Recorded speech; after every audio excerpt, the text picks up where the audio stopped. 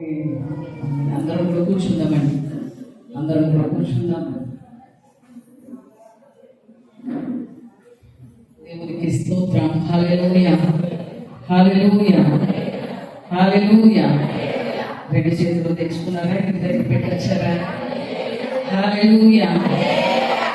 మరొకసారి దేవుడి సందులో ఉండడానికి, దేవుడిని ఆరాధన చేయడానికి ఈ పరిశుద్ధ దినాన మరొకసారి దేవుడు మనకి ఏమి ఇచ్చాడు చెప్పండి?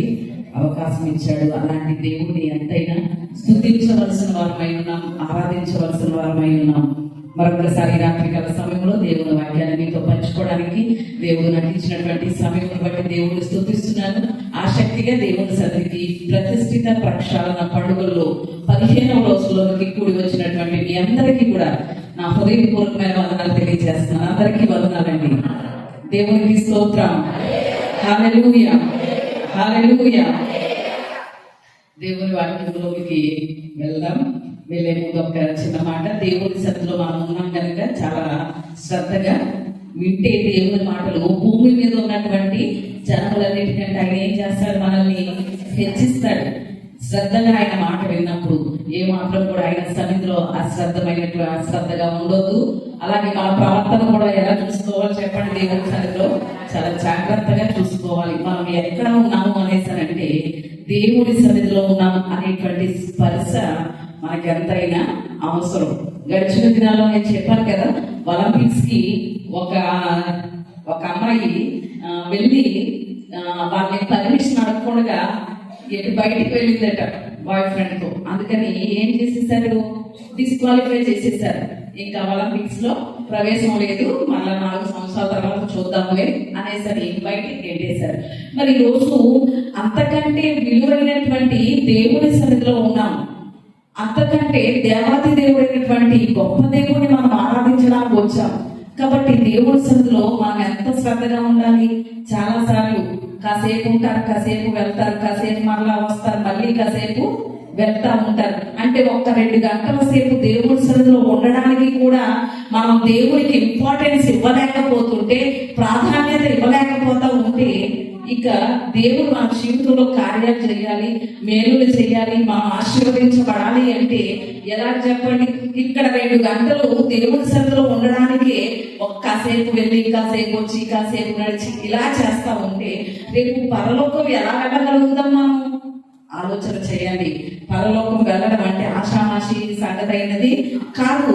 మనం వెళ్ళడానికి ఎలా సిద్ధపడాలో ఇక్కడే దేవుడు మనకి నేర్పిస్తున్నాడు, ట్రైనింగ్ చేస్తున్నాడు.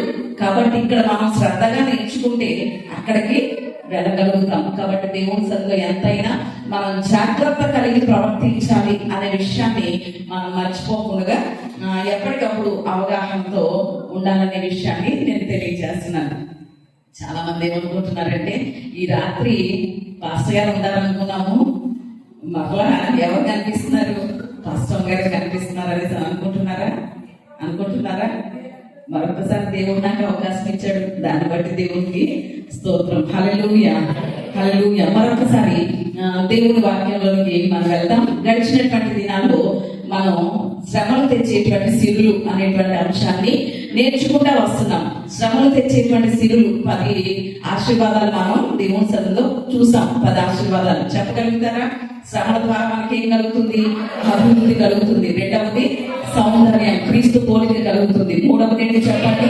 మేలు కలుగుతుంది శ్రమల ద్వారా. 4 ఓర్పు కలుగుతుంది. 5 విధేయత కలుగుతుంది. 6 కుమారత్వం, వారసత్వము, హక్కు కలుగుతుంది. 7 ఘనత కలుగుతుంది. 8 పరలోక రాజ్యంలో ప్రవేశం కలుగుతుంది. 9 నీతి కిరీటం కలుగుతుంది. 10 సంపూర్ణత కలుగుతుంది. దేవునికి స్తోత్రం. హల్లెలూయా.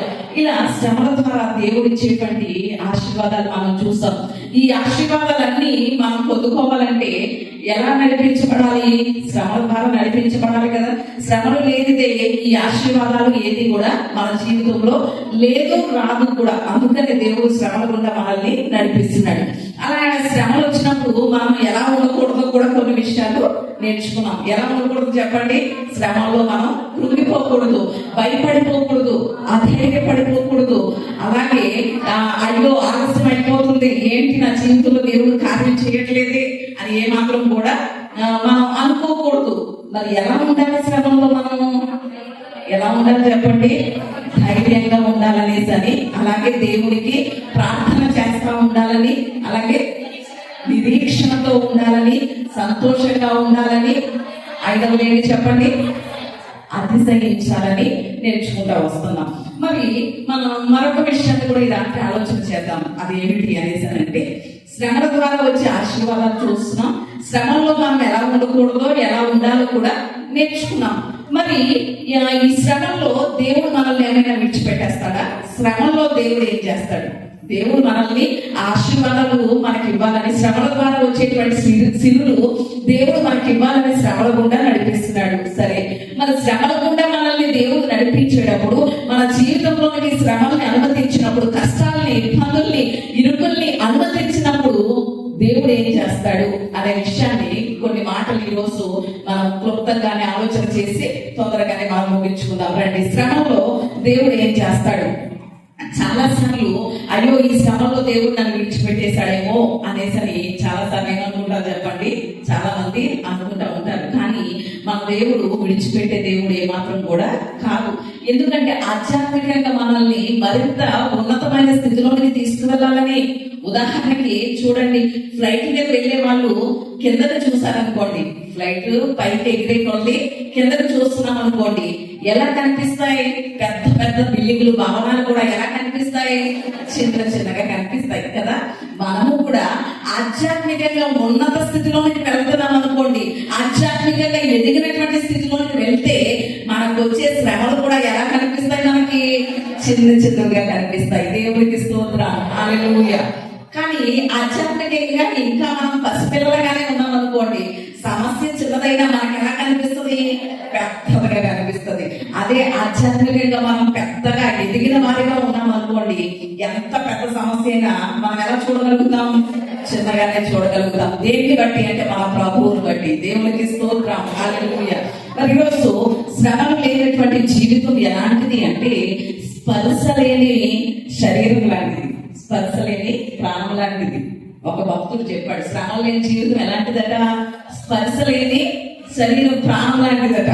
అంటే ఉదాహరణకి ఎవరైనా చనిపోయారు అనుకోండి, వారిని మనం గిల్లామనుకో, వారికి స్పర్శ తెలుస్తుందా? తెలియదు. ఈ రోజు క్రైస్తవ్యం కూడా శ్రమలు లేకపోతే, శ్రమలు లేని క్రైస్తవులు ఎలాంటి పరిస్థితిలో ఉన్నటువంటి వారంటే స్పర్శ లేదు. స్పర్శ లేదంటే వాళ్ళు ఎవరితో సమానం? చనిపోయిన వాళ్ళతోటే సమానం. అంటే ఈ రోజు మన మీదకి శ్రమలు వస్తున్నాయి, కష్టాలు వస్తున్నాయి, బాధలు వస్తున్నాయి అంటే మనం ఎలా ఉన్నట్లు? ఆధ్యాత్మికంగా జీవించి ఉన్నాం, బ్రతికి ఉన్నాం అని అర్థమవుతుంది. దేవుడికి స్తోత్రం, హల్లెలూయా. మరి శ్రమంలో దేవుడు ఏం చేస్తాడు అనే విషయాన్ని కూడా మనం కొన్ని మాటలు రాత్రి ఆలోచన చేద్దాం. మొట్టమొదటిగా మన శ్రమంలో దేవుడు ఏం చేస్తాడు అనే విషయాన్ని ఆలోచన చేస్తే, ఆదికాండము 29వ అధ్యాయం, ఆదికాండం 29వ అధ్యాయం 32వ వచనం చదువుదాం. లేయా గర్భవతి అయి కుమారుని కని, యెహోవా నా శ్రమను చూచి ఉన్నాడు గనుక నా పెనిమిటి నన్ను ప్రేమించును కదా అనుకొని అతనికి రూబేను అని పేరు పెట్టాను. దేవునికి స్తోత్రం, హల్లెలూయా. ఇక్కడ మొదటిగా మనం ఆలోచన చేస్తున్నాం. ఈ విషయాన్ని గడిచిన దినాల్లో కూడా మనము లేయ గురించి ఆలోచన చేసాం. తన శ్రమ ద్వారా తనకి ఎలాంటి ఆశీర్వాదం కలిగిందో, ఎలాంటి దీవెన కలిగిందో మనము లేయని బట్టి ఆలోచన చేసాం గడిచిన దినాల్లో. మరొకసారి ఈ లేయ సందర్భంలో మనం ఆలోచన చేస్తే, ఇక్కడ లేయ చెప్తుంది ఏమో తెలుసా? నా శ్రమను ఎవరు చూశారు? దేవుడు చూశాడు. కాబట్టి నాకు ఈ బిడ్డను దయచేశాడు అని ఆ బిడ్డకి రూబేను అనేసని పేరు పెట్టింది. ఇక్కడ ఈ విషయంలో, ఈ సందర్భంలో కనుక మనం ఆలోచన చేస్తే, లేక శ్రమ పడడం, లేకపోతే తన కుటుంబస్తుల ద్వారా ద్వేషించబడడం, అవమానించబడడం, నిందించబడడం ఎవరు చూస్తున్నారు? దేవుడు చూస్తున్నాడు. దేవుడికి స్తోత్రం, హల్లెలూయా. అంటే లేయా శ్రమను చూసినటువంటి దేవుడు ఈ రోజు నీ శ్రమను చూస్తున్నాడా లేదా? నా శ్రమను చూస్తున్నాడా లేదా? మనకు కలిగినటువంటి ఇబ్బందికరమైన పరిస్థితులు చూస్తున్నాడా లేదా? మనం వెళ్తున్నటువంటి కష్టాల గుండా వెళ్తున్నటువంటి పరిస్థితులు చూస్తున్నాడా లేదా? చూస్తున్నాడు. ఎందుకంటే ఆయన చూచుచున్న దేవుడు. దేవునికి స్తోత్రం. ఆ పేరు ఆయనకి పెట్టింది ఎవరు అనేసానంటే హాగరు పెట్టింది. చూచుచున్న దేవుడు అనేసి అనే పేరు ఎవరు పెట్టారు చెప్పండి? దేవునికి హాగరు పెట్టింది. హాగరు కూడా చాలా శ్రమలలో ఉన్నప్పుడు నీటి ఊటలు లేవు. తన బిడ్డ అయినటువంటి ఇస్మాయేలు చిన్న బిడ్డతో తను వెళ్ళిపోయేటప్పుడు నీళ్లు లేక ఇంకా నా పసిబిడ్డ చనిపోతాడు అనేటువంటి పరిస్థితుల్లో అక్కడ దేవుడికి ప్రార్థన చేసినప్పుడు నీటి ఊటను దేవుడు చూపించినప్పుడు నా శ్రమలో దేవుడు నన్ను చూశాడు, నా పసిబిడ్డ యొక్క ప్రాణాన్ని చూశాడు అని చూచుచున్న దేవుడు నీవని దేవునికి పేరు పెట్టినట్లుగా మనం చూస్తున్నాం. అంటే ఈ రోజు మన దేవుడు మన శ్రమలో ఏం చేస్తున్నాడు చెప్పండి? చూస్తున్నాడు. ఒకవేళ మనం కష్టంలో ఉన్నప్పుడు, ఇబ్బందిలో ఉన్నప్పుడు, అవసరాల్లో ఉన్నప్పుడు మన బంధువులు గాని, మన స్నేహితులు గాని, రక్త సంబంధికులు గాని చూడనట్లుగా ఏమైపోవచ్చు? ప్రక్కన నుంచి వెళ్ళిపోవచ్చు. ఒకవేళ ఈ పరిస్థితుల్లో వీళ్ళని పలకరిస్తే, వీళ్ళని గనక చూస్తే, వీళ్ళని పరామర్శిస్తే, వీళ్ళతో గనక మాట్లాడితే వీళ్ళ కష్టాలు మన మీద గుర్తుతాడేమో, లేకపోతే వీళ్ళ అవసరాల్లో మనం సహాయం చేయాలేమో అని మన అన్న వాళ్ళే, అయ్యో నా అన్న వాళ్ళు ఇంతమంది ఉన్నారని మనం చెప్పుకున్న వాళ్ళే మనల్ని ఏం చేయొచ్చు చెప్పండి? చూసి చూడనట్లు ప్రక్కన నుంచి వెళ్ళిపోవచ్చు. కానీ మన దేవుడు అలా విడిచిపెట్టే దేవుడు కాదు. చూసి చూడనట్లు ఉండే దేవుడు మన దేవుడు కాదు. మనం ఎలాంటి పరిస్థితి గుండా వెళ్తున్నామో, ఎలాంటి శ్రమలను అనుభవిస్తున్నామో, ఎలాంటి కష్టాలను అనుభవిస్తున్నామో, ఎలాంటి సమస్యలతో ఇబ్బంది పడుతున్నామో, మన ప్రతి పరిస్థితిని కూడా ఆయన బాగుగా చూస్తున్నాడు. దేవునికి స్తోత్రం, హల్లెలూయా. అందుకనే హన్నా కూడా ప్రార్థన చేసినప్పుడు ఏమంది? సమూయేలు మొదటి గ్రంథం 1వ అధ్యాయం 11వ వచనంలో చూస్తే అక్కడ హన్నా కూడా ఏమన్నది తెలుసా? నీ సేవకురాలైన నాకు కలిగి ఉన్న శ్రమను చూచి నువ్వేం చెయ్యి, ఒక కుమారుడిని ఇవ్వని ప్రార్థన చేసింది. దేవునికి స్తోత్రం, హల్లెలూయా. అంటే హన్నాకి కూడా దేవుడు నా శ్రమను చూస్తున్నాడు అనేటువంటి ఆలోచన కలిగి దేవుడి మందిరానికి వెళ్ళిపోయింది. కన్నీరుతో, దుఃఖముతో, తన మనసులో, తన హృదయంలో ఎంత దుఃఖమైతే ఉందో, ఎంత బాధ అయితే ఉందో అదంతా కూడా దేవుడి సన్నిధిలో కుమ్మరించుకుంటూ ప్రార్థన చేస్తూ పలికినటువంటి మాట, నా శ్రమను ఏం చేయి ప్రభువా, చూడు ప్రభువా, నా శ్రమను చూస్తున్నావు, ఒక్కసారి చూసి నన్నేం చెయ్యి, కనికరించు, నా నిందను పోగొట్టు, నా అవమానాన్ని పోగొట్టు, నా జీవితంలో నీ కార్యం చేయని ప్రార్థన చేసినప్పుడు హన్నా ఎదుర్కొన్న శ్రమను దేవుడు చూశాడా లేదా చెప్పండి? చూశాడు, చక్కని బిడ్డనిచ్చాడు. దేవునికి స్తోత్రం, హల్లెలూయా. ఈ రోజు మనం ఎలాంటి పరిస్థితులు గుండా వెళ్తున్నామో, ఎలాంటి పరిస్థితులను ఎదుర్కొంటున్నామో ప్రతిదీ కూడా మన దేవుడు ఏం చేస్తున్నాడు చెప్పండి? చూస్తున్నాడు. అందుకనే నెహెమ్యా గ్రంథంలో కూడా నెహెమ్యా ప్రార్థన చేస్తున్నాడు. దేవుడి సన్నిధిలో ప్రార్థన చేస్తూ ఒక మాట ఎత్తుపడుతున్నాడు. ఏంటో తెలుసా? నెహెమ్యా గ్రంథము 9వ అధ్యాయం 9వ వచనంలో చూస్తే అక్కడ నెహెమ్యా చేసినటువంటి ప్రార్థనలో దేవుడు ఎవరిని చూశాడో అనే విషయాన్ని ఎత్తిపట్టి నెహెమ్యా ప్రార్థన చేస్తున్నాడు. ఏమంటున్నాడు చూడండి. ఇక్కడ ఒకసారి 9వ అధ్యాయం 9వ వచనంలో కనుక మనం ఆ మాటలు చూస్తే మనకి కనిపిస్తాయి. నీవు నీతిమంతుడవై ఉండి నీ మాట చొప్పున జరిగించింది. ఐగుప్తులో మా పితరులు పొందిన శ్రమను నీవు చూచితివి. ఎర్ర సముద్రము వద్ద వారి మొర్రను నీవు వింటివి. దేవునికి స్తోత్రం, హల్లెలూయా.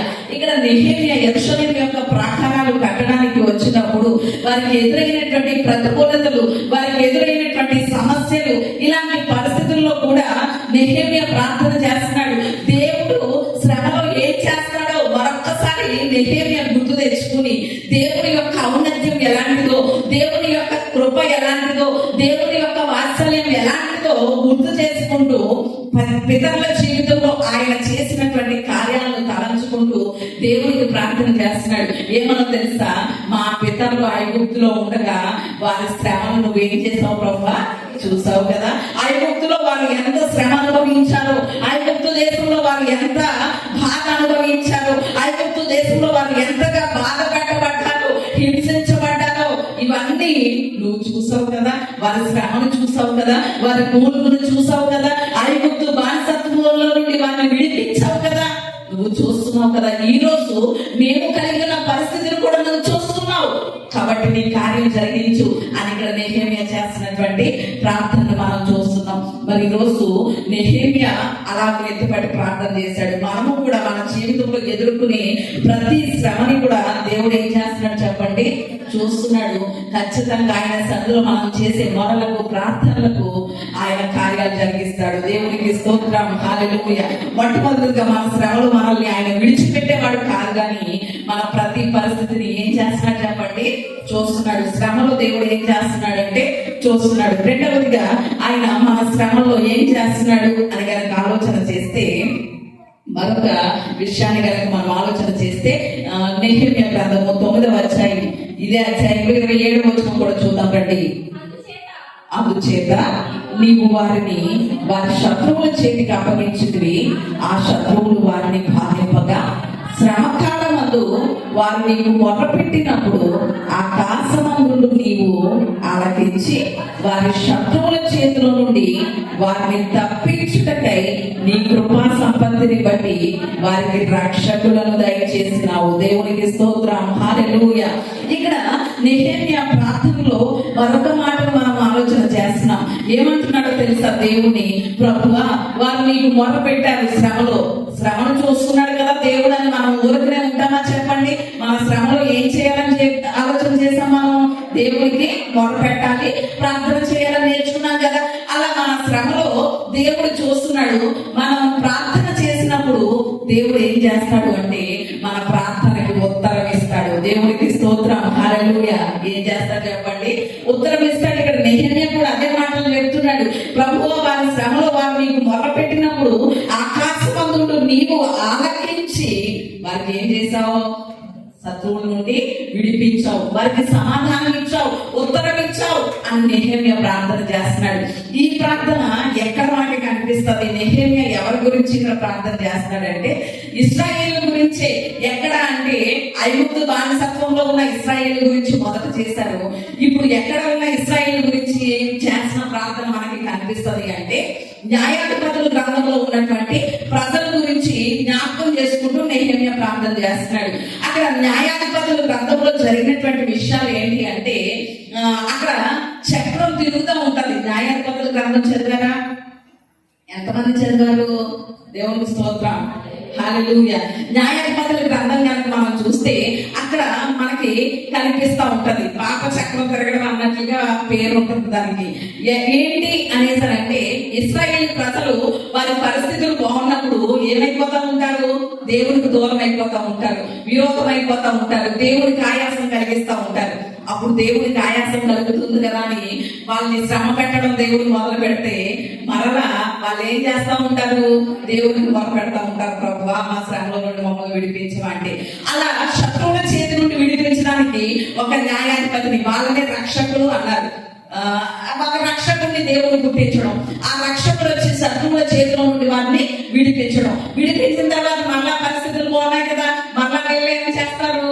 మళ్ళా దేవుడికి విరోధంగా వెళ్ళిపోవడం, మళ్ళా దేవుడు శత్రువుల చేతికి అప్పగించడం, మళ్ళా వీళ్ళు మొరపెట్టడం. ఇది ఎలా జరిగేటటువంటిది? చక్రం ఎలా అయితే తిరుగుతూ వస్తుందో అలాగే తిరుగుతూ ఉంటది అన్నమాట న్యాయాధిపతుల గ్రంథంలో. అలాగా కొంతమంది రక్షకుల్ని దేవుడు పుట్టించాడు. ఏహూదు కానివ్వండి, సంసోను కానివ్వండి, వీళ్ళందరినీ కూడా శత్రువుల చేతిలో నుండి విడిపించడానికి దేవుడు పుట్టించినటువంటి వారు.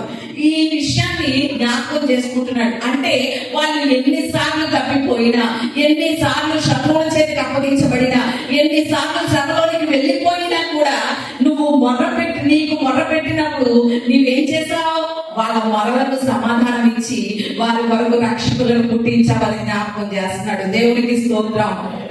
ఈ రోజు మనము కూడా మన శ్రమలో ఉన్నప్పుడు, కష్టాల్లో, సమస్యల్లో, ఇరుకుల్లో, ఇబ్బందుల్లో ఉన్నప్పుడు దేవుడికి మొదలుపెట్టినప్పుడు దేవుడు ఏం చేస్తాడు చెప్పండి? రెండవదిగా మనకి ఉత్తరం ఇస్తాడు. ఏం చేస్తాడు చెప్పండి?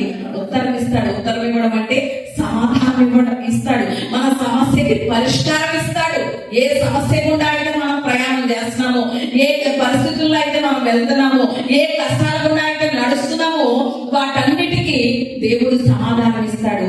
ప్రతి సమస్యకి కూడా పరిష్కారం ఇస్తాడు. అందుకనే ఈ మాట మరొక వ్యక్తి కూడా చెప్పినటువంటి మాట మనం చూద్దాం. ఆదికాండం గ్రంథం, ఆదికాండము 35వ అధ్యాయం 3వ వచనంలో చూస్తే అక్కడ మనకి మరొక వ్యక్తి కూడా ఈ మాట చెప్తున్నాడు. చూడండి ఒకసారి.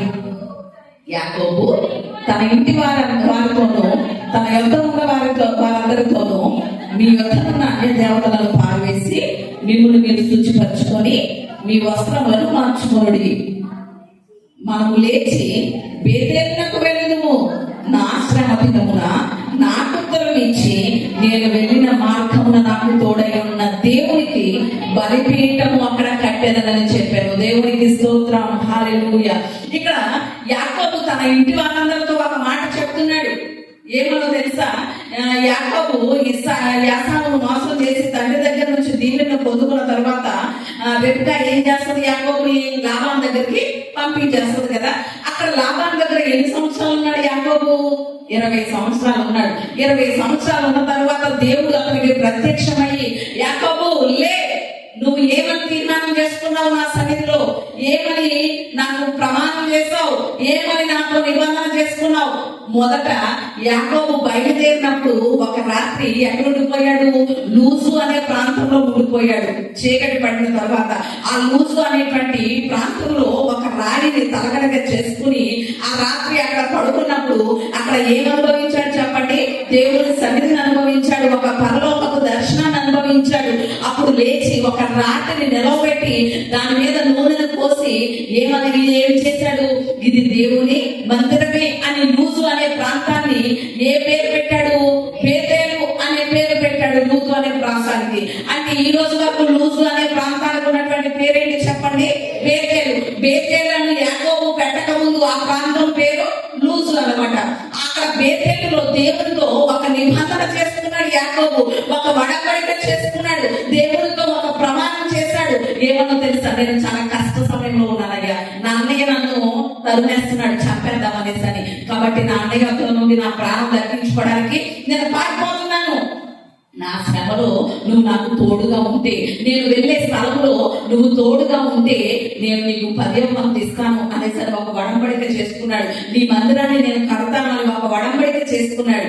చేసుకున్నప్పుడు దేవుడు కూడా వాగ్దానం ఇచ్చాడు యాకోబుకి. ఏమో తెలుసా, యాకోబు నువ్వు వెళ్ళే ప్రతి స్థలంలోనూ కూడా నేను నీకు తోడై ఉండి మరలా ఈ స్థలానికి నిన్ను రప్పిస్తానని దేవుడు ప్రమాణం చేశాడు. దేవుడికి స్తోత్రం. ఆ విషయం యాకోబు ఇక్కడికి వచ్చి 20 సంవత్సరాలు అయిపోయింది.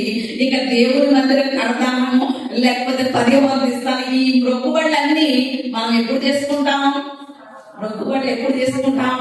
మనకి కష్టం వచ్చినప్పుడు, ఆపద వచ్చినప్పుడు, ఇబ్బందులు వచ్చినప్పుడు, ప్రభా నీ సన్నిధిలో ఇలా చేస్తాను ప్రభా, అలా చేస్తాను ప్రభా, నా బలహీనత నుండి నేను స్వస్థపరిస్తే నీవు ఇచ్చిన ఆరోగ్యంతో నీ పరిచర్యను కొనసాగించేస్తాను ప్రభా అని మన కష్ట సమయంలో చాలా సార్లు మనం ఏం చేసేస్తా ఉంటాం? చాలా మొక్కుబడులు చేసేసుకుంటాం. ఆ కష్టం నుండి, ఆ సమస్య నుండి, ఆ ఇబ్బంది నుండి దేవుడు మనల్ని లేవనెత్తిన తర్వాత మళ్ళా ఏమైపోతాం? మనం చేసుకున్న మొక్కుబడులన్నీ మరచిపోతా ఉంటాం. ఇక్కడ యాకోబు యొక్క పరిస్థితి కూడా అంతే. 2 భార్యలను చేసుకున్నాడు, 2 దాసీలతో ఉంటున్నాడు, ఆస్తిని సంపాదించుకున్నాడు మామగారి దగ్గర నుంచి. 20 సంవత్సరాలు అయిపోయింది. ఇక్కడ దేవుడి మందిరం కడతానని దేవుడితో చేసిన వడంబడిక అంతా ఏం చేశాడు? మర్చిపోతే అప్పుడు మరలా దేవుడు దర్శించాడు యాకోబుని. యాకోబు లే, అప్పుడు నువ్వు నాతో చేసినటువంటి వడంబడిక ఏమైపోయింది? నువ్వు నాతో చేసిన నిబంధన ఏమైపోయింది? లే, బేతేలుతున్నాడు, నాకు మందిరం కడతానని మాట ఇచ్చావు కదా అనేసి అన్నప్పుడు అప్పుడు తన ఇంటి వారందరితో చెప్తున్నటువంటి మాట, తన భార్యలతో, బిడ్డలతో, తన ఇంటి వారందరితో, తనకి కలిగినటువంటి దాసులతో, దాసీలతో చెప్తున్నటువంటి మాట ఏమో తెలుసా? నా శ్రమ దినమున దేవుడు నాకు ఉత్తరం ఇచ్చాడు. నా శ్రమలో దేవుడు నాకు తోడై నడిపించి నాకు ఉత్తరం ఇచ్చినటువంటి దేవుడికి నేను బలిపీఠం కట్టాలి కనుక వెళ్దాం నడండి అని తన ఇంటి వారితో చెప్తున్నాడు. అంటే శ్రమ దినంలో దేవుడు మనకి ఏం చేస్తాడు చెప్పండి? ఉత్తరం ఇస్తాడు. మనం ప్రార్థించాలే కానీ, అబ్బా తండ్రి అని ఆయన పాదాల మీద పడాలే కానీ ఆయన ఏ మాత్రము కూడా మనల్ని విడిచిపెట్టేవాడు కాదు. ఒకవేళ నాన్న అని మన నాన్నను పిలిచిన, అమ్మ అని మన అమ్మను పిలిచినా వాళ్ళు పలకలేకపోవచ్చు. అవునంటారా కాదంటారా? కానీ నాన్న అని గాని, అబ్బా అని గాని మన తండ్రి పాదాల మీద పడితే ఆయన వెంటనే ఏమంటాడో తెలుసా? నేనున్నాను నా బిడ్డ అంటాడు. దేవునికి స్తోత్రం, హల్లెలూయా. ఒకవేళ మా నాన్న వారు రెస్పాండ్ అవ్వకపోవచ్చు, కానీ నా దేవుడు మాత్రం ఆయనకి మొర పెడితే, ఆయనకి ప్రార్థన చేస్తే, ఆయన్ని పిలిచిన వెంటనే నేనున్నాను అని ఉత్తరం ఇచ్చేటువంటి దేవుడు. మన శ్రమలు ఏ మాత్రమో మనల్ని ఆయన ఏం చేయడు చెప్పండి? విడిచిపెట్టాడు. అందుకని దావీదు కూడా అంటాడు తన అనుభవ సాక్ష్యంలో, ఏమంటాడో తెలుసా? 120వ కీర్తన 1వ వచనంలో చూస్తే, నా శ్రమలో నేను యెహోవాకు మొరపెట్టితిని, ఆయన నాకు ఉత్తరం ఇచ్చెను. దేవునికి స్తోత్రం, హల్లెలూయా. దావీదు అనుభవం కూడా దావీదు చెప్తున్నాడు. ఇశ్రాయేలు అనుభవమే కాదు, యాకోబు యొక్క అనుభవమే కాదు, దావీదు కూడా ఇలాంటి అనుభవాన్ని ఎదుర్కొన్నాడు, ఇలాంటి అనుభవాల గుండా ప్రయాణించాడు. దావీదు కూడా చెప్తున్నాడు. నేను శ్రమలో ఉన్నప్పుడు నా దేవుడికి ఏం చేశాను, నేను మొర్ర పెట్టినప్పుడు ఆయన నాకేం చేశాడు, ఉత్తరం ఇచ్చాడు, సమాధానం ఇచ్చాడు అంటున్నాడు. దేవునికి స్తోత్రం, హల్లెలూయా. గడిచిన రాత్రి అన్న చెప్పిన మాటల్లో కూడా మనం విన్నాం కదా, మనం ఏ రోజైతే ఏ సమస్యను బట్టి ఏ ఇబ్బందిని బట్టి ప్రార్థన చేస్తామో ఆ రోజే దేవుడు మనకేం చేస్తాడు, సమాధానం పంపించేస్తాడు. కానీ కొన్ని శక్తులు మధ్యలో ఉన్నటువంటి అంధకార దురాత్మ శక్తుల ద్వారా ఆ సమాధానాన్ని మనం వెంటనే పొందుకోలేకపోయినా అవి అడ్డగించేస్తూ ఉంటాయి. దేవుడి ద్వారా మనకు వచ్చిన సమాధానాన్ని అడ్డగిస్తూ ఉంటాయి. ఆ సమాధానం మనం పొందుకునే వరకు ఏం చేయాలి, దేవుడికి మొరపెడుతూనే ఉండాలి. ఆ సమాధానం దేవుడి దగ్గర మొదటి రోజే రిలీజ్ అయిపోయింది. దేవుడు మొదటి రోజే విడుదల ఇచ్చేశాడు, మొదటి రోజే సమాధానం ఇచ్చేశాడు, మొదటి రోజే జవాబు ఇచ్చేశాడు.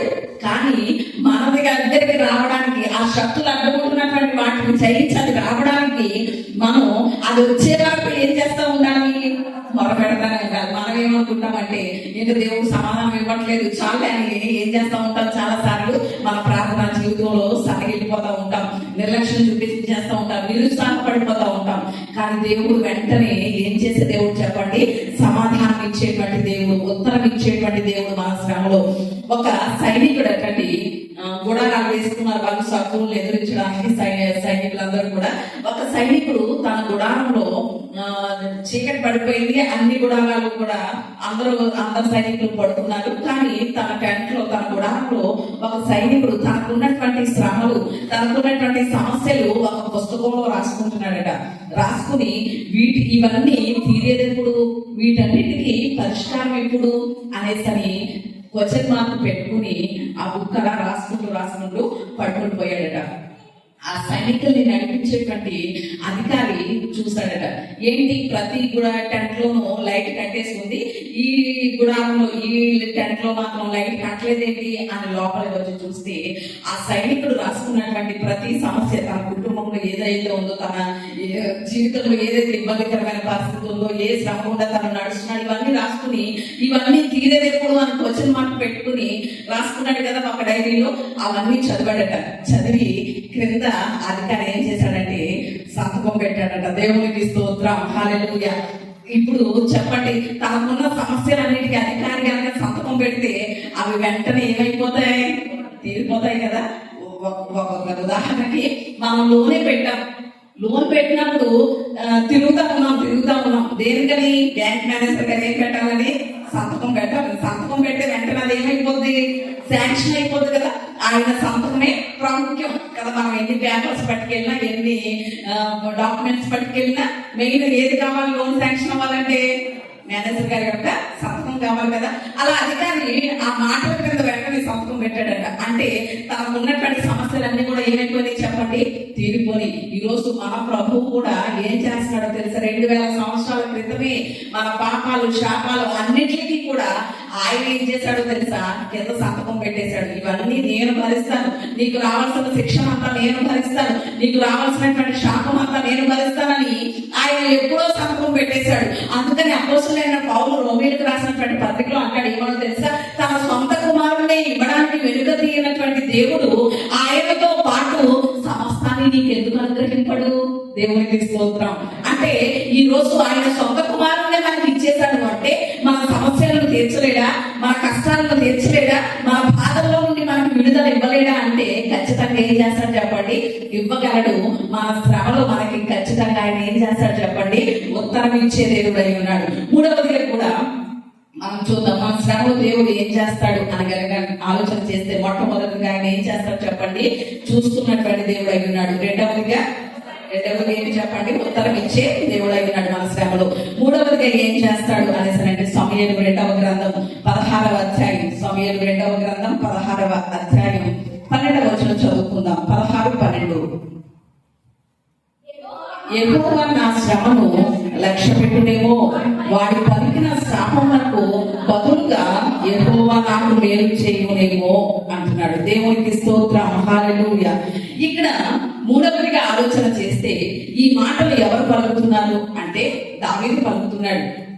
ఎలాంటి సందర్భంలో పలుకుతున్నాడు, ఎలాంటి పరిస్థితుల్లో పలుకుతున్నాడు దావీదు అని మనం ఆలోచన చేస్తే, తన కుమారుడైనటువంటి అబ్షాలోము దావీదుని ఏమని చేయాలనుకుంటున్నాడు?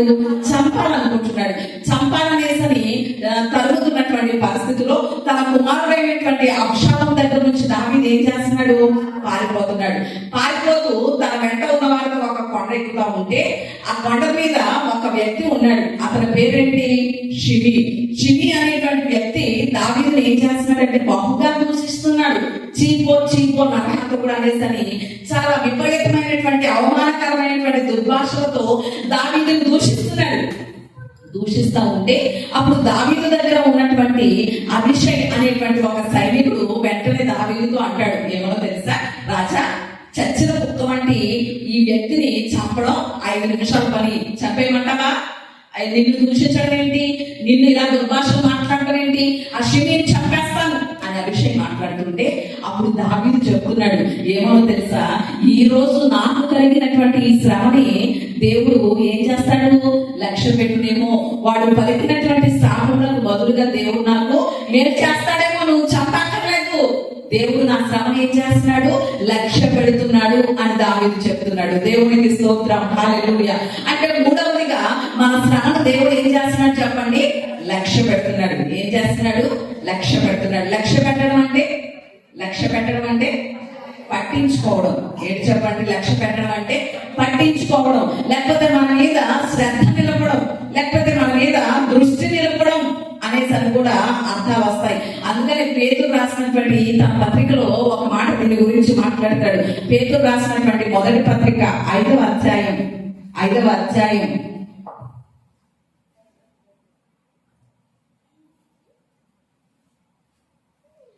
అధ్యాయంలో ఇక్కడ 7వ వచనం చూద్దాం.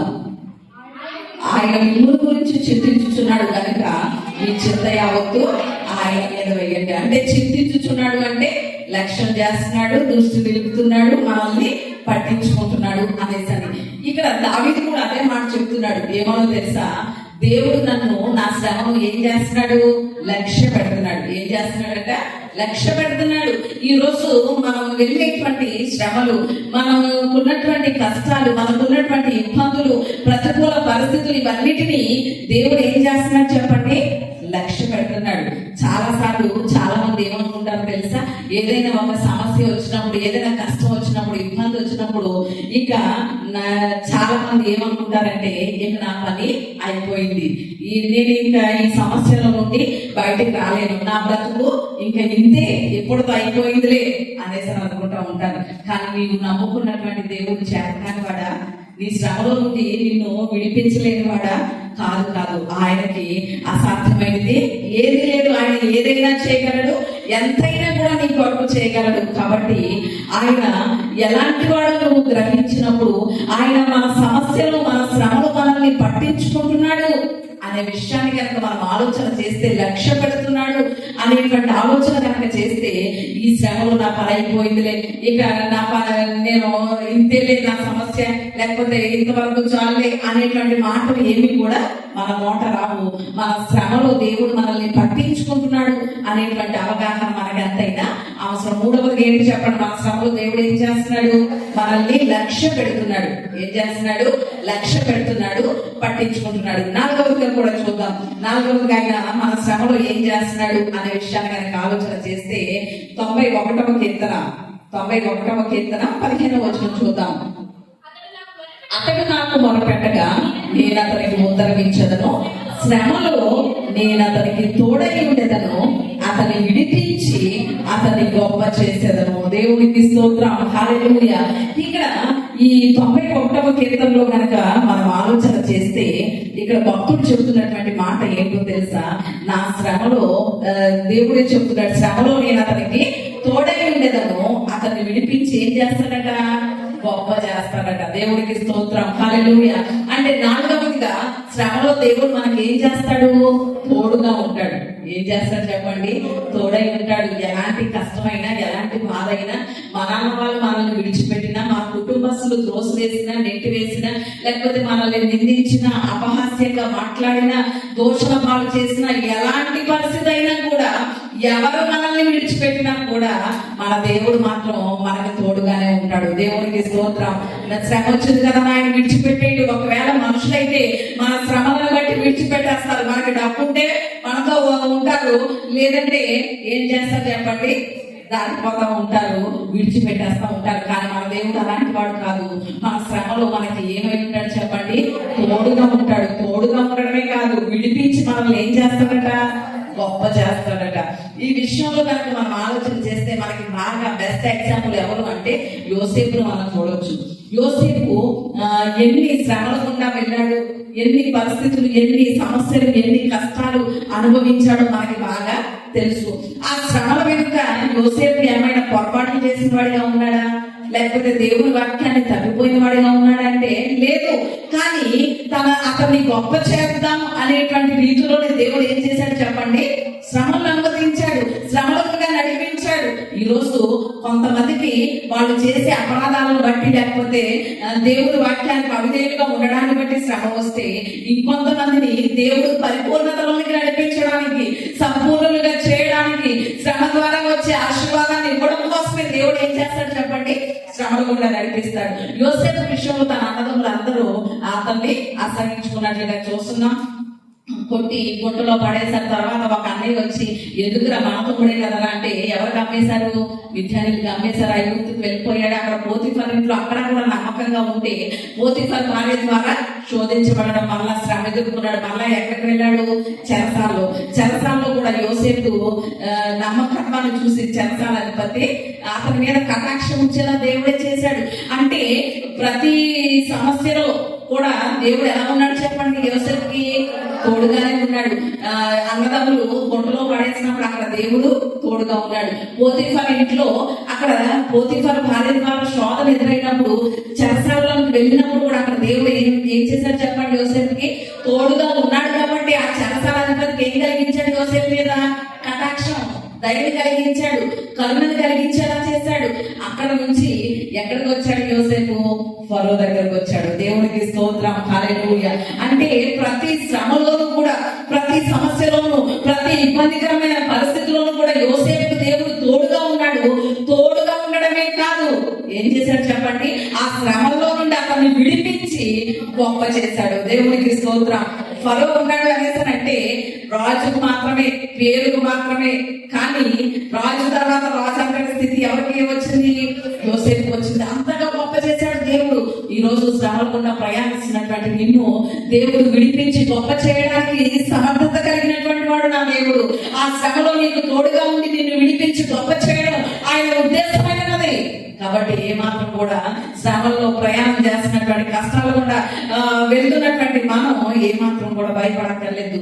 మన శ్రమలో దేవుడు మనకేమై ఉంటాడు చెప్పండి, తోడుగా ఉంటాడు. అది ఎలాంటి పరిస్థితి అయినా కూడా ఆయన మనకి తోడుగా ఉంటాడు. గడిచిన దినాల్లో నేను గుర్తు చేశాను, మరొకసారి ఈ మాటను గుర్తు చేస్తాను. ముంగంట శాంతారావు గారు మనకి ఈ బ్రిడ్జ్ మీద కానివ్వండి, కరెంటు స్తంభాల మీద కానివ్వండి, ఒక వైట్ పెయింట్ వేసి దాని మీద నీరు ముందుతో అక్షరాలు రాసే ఉంటాయి. ఏమనంటే ఏసే రక్షకుడు, ఆయన మన పాపముల నుండి విడిపించేవాడు, ఏసే మార్గం సత్యం చేయము అనేటువంటి వాక్యాలు చాలా కనిపిస్తా ఉంటాయి. ఇవన్నీ కూడా ఆయన సైకిల్ మీద తిరుగుతూ మొత్తం ఆంధ్ర రాష్ట్రం అంతా కూడా 2 సార్లు ఏమో తిరిగారట. దేని మీద, సైకిల్ మీదే. ఇంకా కొన్ని రాష్ట్రాలు కూడా సైకిల్ మీద తిరిగి ప్రతి చోట కూడా ఆయన సైకిల్ వెనకాల పెయింట్ డబ్బాలు కట్టుకునేవారట. ఒకటి వైట్ వాష్, 2 నీళ్ళు మందు. ఈ రెండింటితో మొదట స్తంభాల మీద, బ్రిడ్జ్ మీద వైట్ వాష్ వేసేయడం, తర్వాత నీళ్ళు మందు అక్షరాలతో ఏసైని గురించి రాయడం. ఇలా ఈ పరిచయలో కొనసాగుతున్నప్పుడు ఒక ప్రాంతం వెళ్లాల్సినటువంటి పరిస్థితి వచ్చింది.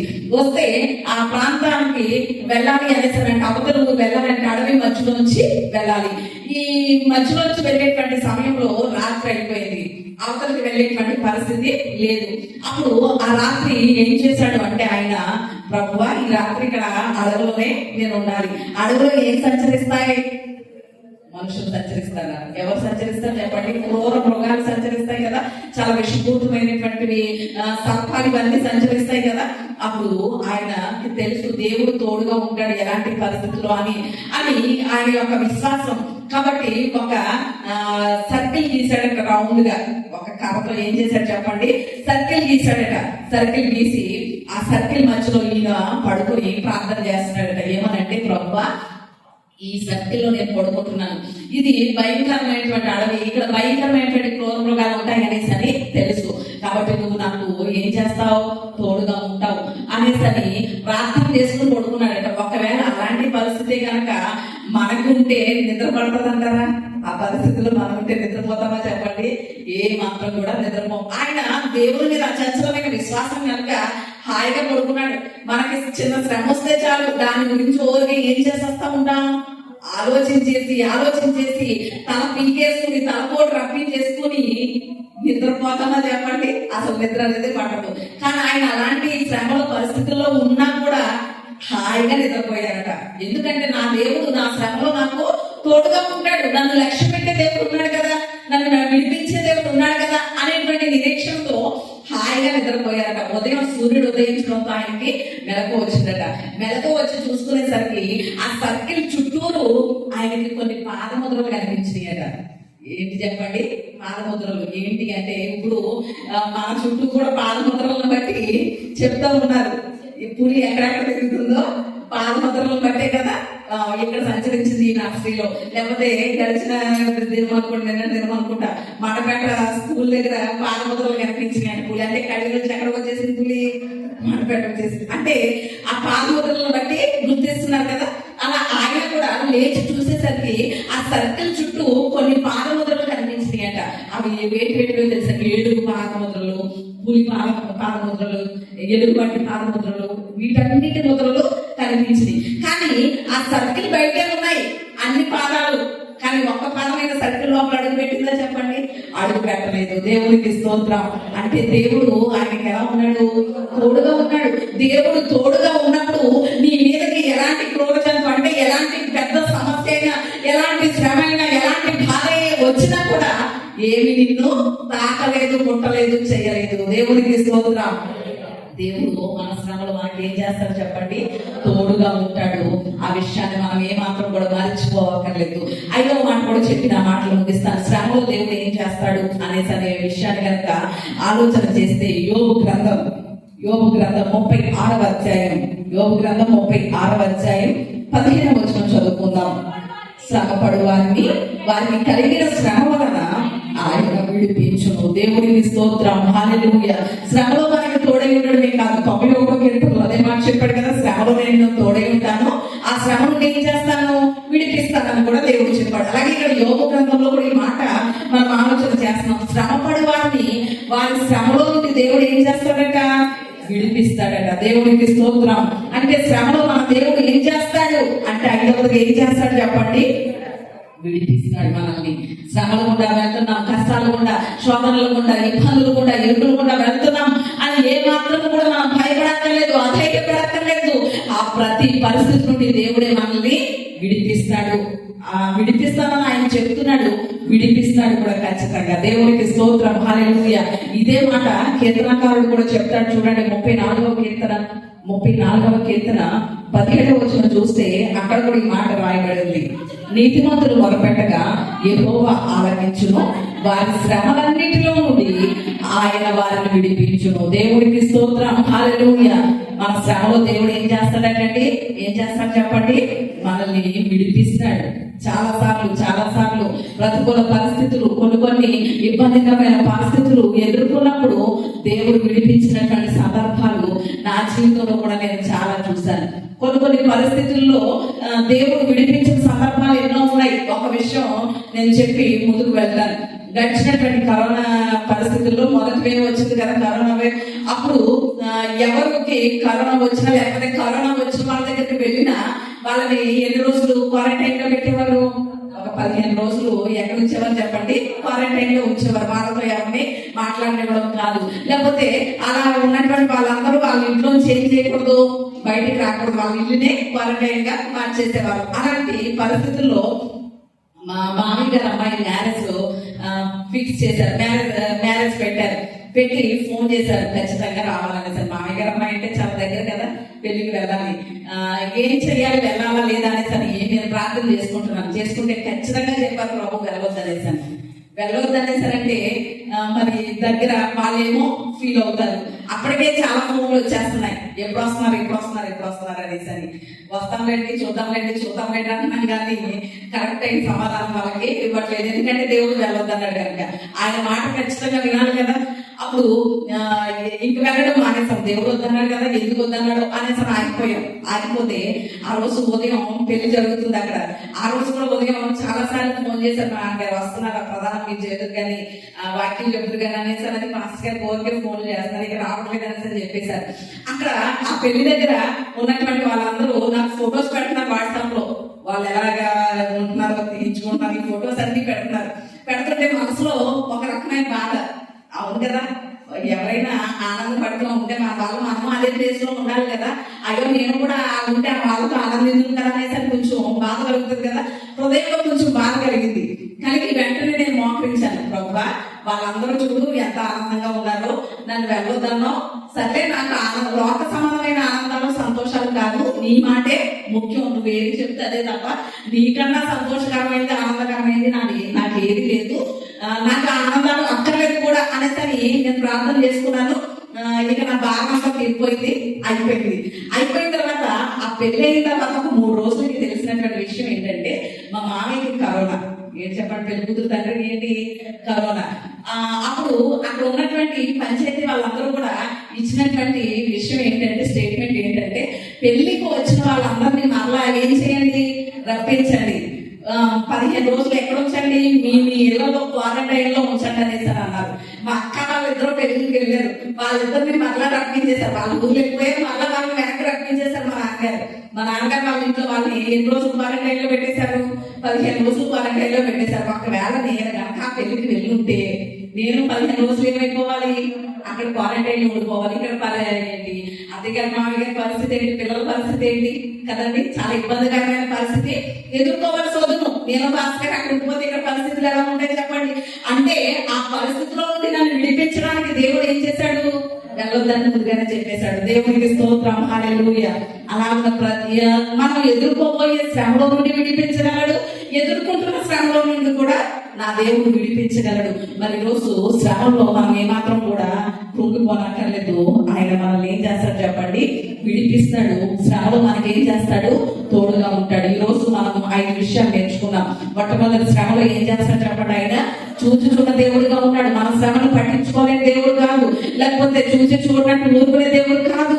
మన శ్రమలను మనం ఎదుర్కొంటున్న అవమానాలు, నిందలు, ప్రతికూలతలు, ఇబ్బందులు, కష్టాలు అన్ని ఆయన చూస్తున్నాడు. ఆ విషయాన్ని మనం గుర్తు పెట్టుకోవాలి. రెండవది ఏంటి చెప్పండి, చూచి మౌనంగా ఉండేవాడు కాదు. మనం ప్రార్థన చేసినప్పుడు ఏం చేస్తాడు చెప్పండి, ఉత్తరం ఇస్తాడు, సమాధానం ఇస్తాడు. దేవునికి స్తోత్రం, హల్లెలూయా. మూడవదిగా ఏం చేస్తున్నాడంటే మన శ్రమలో మనల్ని లక్ష్య పెడుతున్నాడు, అంటే పట్టించుకుంటున్నాడు, శ్రద్ధ నిలుపుతున్నాడు మన మీద. ఒకవేళ మన గురించి మనమే చాలా సార్లు శ్రద్ధ నిలపలేం. ఇందాక ఒక సహోదరి విషయంలో నేను పలకరించడానికి వెళ్తే వారు చెప్తున్నటువంటి మాటలు ఏంటో తెలుసా, తన ఆరోగ్యం గురించి తనే పట్టించుకోలేదండి అనేసి చెప్పుకొస్తున్నారు. అంటే కొన్నిసార్లు మన కుటుంబాల గురించి, మన శరీరం గురించి, మన ఆరోగ్యం గురించి మనమే పట్టించుకోం. కానీ మన గురించి ఎవరు పట్టించుకుంటున్నారు, మన దేవుడు పట్టించుకుంటున్నాడు. దేవుడికి స్తోత్రం. అందుకని మత్తయి పట్ల ఆయన చెప్పిన మాట, మీ తల వెంట్రుకలు అన్ని కూడా ఏం చేశాడట, లెక్కించాడట. ఎప్పుడైనా మన తల వెంట్రుకలు మనం లెక్క పెట్టుకున్నామా, లెక్క పెట్టుకోలేదు కదా. ఎన్ని ఊరుకోలేదు, ఎన్ని ఉన్నాయో అసలు లెక్క పెట్టుకోలేదు. కానీ మనల్ని ఎంతగా పట్టించుకుంటున్నాడంటే మన తలలో ఉండే తల వెంట్రుకలు కూడా లెక్కించే అంతగా మనల్ని పట్టించుకుంటున్నాడు, మన మీద శ్రద్ధ నిలుపుతున్నాడు మన దేవుడు. దేవునికి స్తోత్రం. నాలుగవదిగా ఏంటి చెప్పండి, మన శ్రమలో ఆయన మనకి తోడుగా ఉంటాడు. ఏం చేస్తాడు చెప్పండి, తోడుగా ఉంటాడు. తోడుగా ఉంటున్నాడు ఆయన అనే ఆ అనుభవం మనం ఖచ్చితంగా అనుభవించాలి. ఆయన ప్రతి పరిస్థితుల్లో మనకి తోడుగానే ఉంటున్నాడు. ఆ ధైర్యం మనం ఉందా, ఆ అనుభవం మనం అనుభవించగలుగుతున్నామా? ఒక విషయాన్ని చెప్పి నా మాటలు ముగిస్తాను. ప్రపంచంలోనే అతి పటిష్టంగా ఉండేటువంటిది ఏంటి అని కనుక ఇంజనీర్స్ అడిగితే వాళ్ళు చెప్పే మాట ఏంటో తెలుసా, 4 కాళ్ళు ఉన్నటువంటి కుర్చీ కన్నా 3 కాళ్ళు ఉన్నటువంటి ఈ ట్రైబడే పటిష్టంగా ఉంటుందని చెప్తారు. ఏంటంటే ఇది స్టాండ్ ఇక్కడ నిలబడింది కదా, కెమెరా స్టాండ్, ఇది 4 కాళ్ళు ఉన్నటువంటి కుర్చీ కన్నా 3 కాళ్ళు ఉన్నటువంటి ఈ ట్రైబడ్ చాలా ప్రతిష్టంగా ఉంటది అనేసి చెప్తారు. ఎందుకంటే 4 కాళ్ళకు ఉన్నటువంటి కుర్చీకి ఉన్నటువంటి ఉన్నటువంటి బ్యాలెన్స్ కన్నా ఈ 3 కాళ్ళు ఉన్నటువంటి దీనికే ఎక్కువ బ్యాలెన్స్ ఉంటుంది. అందుకని ఎంత ఖరీదైనటువంటి కెమెరాలు కూడా దాని మీద పెట్టగలుగుతారు, ఎందుకంటే దానికి ఎక్కువ బ్యాలెన్స్ ఎక్కువ. ఈ రోజు ఆధ్యాత్మిక జీవితంలో కూడా ఆ 3 మనం కలిగి ఉండాలి. అదేంటో తెలుసా? ఒకటి దేవుని సన్నిధి అనుభవం. ఏం చెప్పండి? మొదటిది దేవుని సన్నిధి, ఆ 3 కాళ్ళు. రెండవది సహవాసం. మూడవది ఏంటంటే సంబంధం. సంబంధాన్ని బట్టి మనకి సహవాసం వస్తుంది. ఎప్పుడైతే మనం బాప్తిస్మం పొంది దేవుడితో సంబంధం చేపట్టామో, సంబంధం అయ్యామో దేవుడికి, అప్పుడు ఎక్కడ చేర్చబడుతున్నాం? దేవుడి సహవాసం. అంటే దేవుడికి మనకి ఉన్న సంబంధాన్ని బట్టి ఏమొచ్చింది? సహవాసం వచ్చింది. ఆయన సహవాసాన్ని బట్టి మనకేమొస్తుంది అంటే ఆయన సన్నిధి అనుభవం వస్తుంది. ఆయన సన్నిధి అంటే దేవుని యొక్క సన్నిధి అంటే ఆయన ప్రజెన్స్. ఆయన ప్రజెన్స్ అంటే ఏంటో తెలుసా? దేవుడు ఎల్లప్పుడూ నాతో ఉన్నాడు అనే ఫీలింగ్. దేవునికి స్తోత్రం, హల్లెలూయా. దేవుని సన్నిధి అంటే ఏంటో చెప్పనండి. దేవుడు నాతోనే ఉన్నాడు.